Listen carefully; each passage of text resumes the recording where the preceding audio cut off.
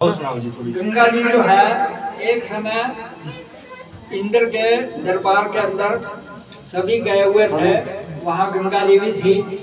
तो होता क्या है कि गंगा जी के शरीर के ऊपर जो आंचल था, जो वस्त्र था, वो हवा के कारण गिर गया और वहाँ दुर्वासा ऋषि बैठे थे।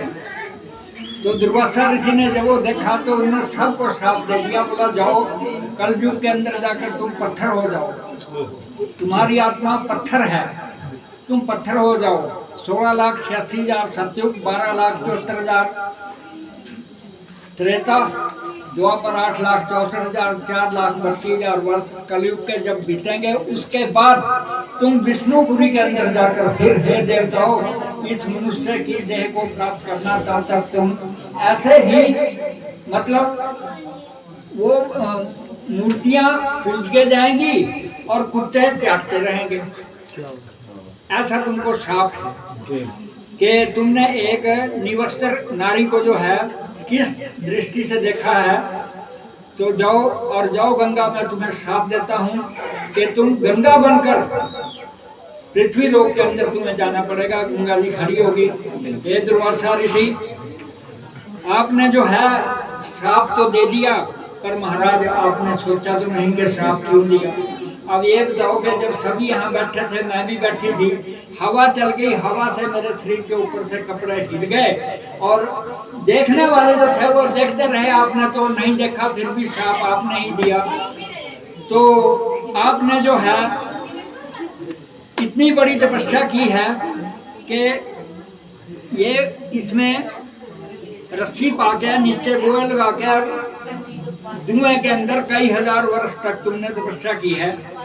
तो महाराज तुमको तो वरदान ब्रह्मा विष्णु में इसने दे दिया कि जो तुम बोलोगे वही हो जाएगा। परंतु हे देवता, मैं तुम्हारा अपमान नहीं करती, मैं तुम्हारा स्वागत करता हूँ। क्या पता ये कुछ अच्छी ही बात है जो ऐसा हो रहा। बोला हो तो रहा है, परंतु ये करना पड़ेगा। बोला मैं नदी किस लिए बनूं, मैं तो देवलोक के अंदर रहने वाली हूँ, मैं मृत्यु लोक के अंदर कलयुग में क्यों जाऊँ।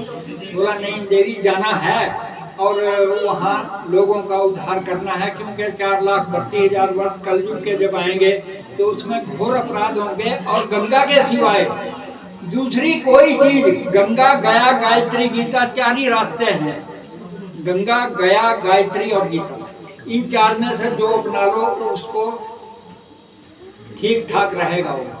तो तुम्हें जाना पड़ेगा। उन्होंने बोला ठीक है मैं चली जाऊंगी, पर हे लोग, अगर तुम भगवान शंकर भी पार्वती को लेकर तुमसे डरकर पत्थर के पीछे से निकल गए, ये दुर्वासा ऋषि तू इतनी शक्तिशाली तो अवश्य है, परंतु मुझे भी वो स्थान चाहिए जो इस ब्रह्मा विष्णु महेश को भी जो स्थान नहीं मिले, वो स्थान मुझे मिलना चाहिए। मैं नदी बनकर ही कलयुग के 4,32,000 वर्ष पूरे करूंगा।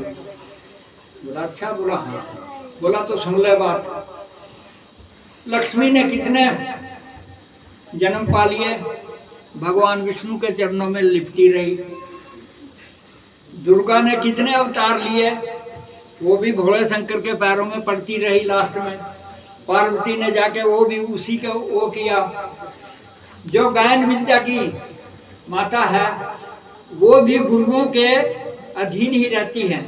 तो तुझे कौन सा स्थान दूं। बोला मुझे वो स्थान चाहिए जिसमें कोई किसी को मिला ही नहीं। बोला जाओ, मैं दुर्वासा ऋषि तुम्हें वरदान देता हूँ कि सभी देवी देवता चरणों में होंगे, गुड्डे में होंगे, यहाँ तक होंगे, हृदय में भी होंगे, परंतु सिर के ऊपर कोई नहीं होगा। जा गंगा, जहाँ नाग भी नीचे रह जाएंगे उसकी गुफा के अंदर, वहाँ उस गंगा का तेरा स्थान होगा।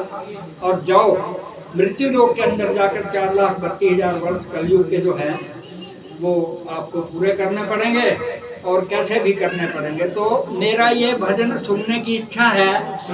गंगा जी तेरे खेत में गड्ढे हंडोले, 4 कन्हैया सन रुक्मणी झूले।